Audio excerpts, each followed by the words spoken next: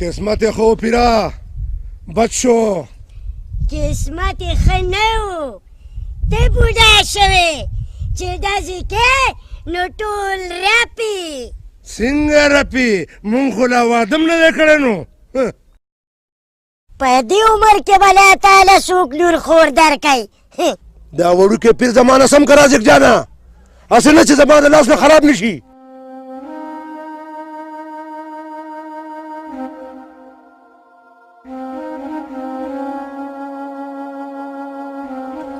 خفه کېږه مه رازق جانه، که نن بد شو سبا به ګیر شي.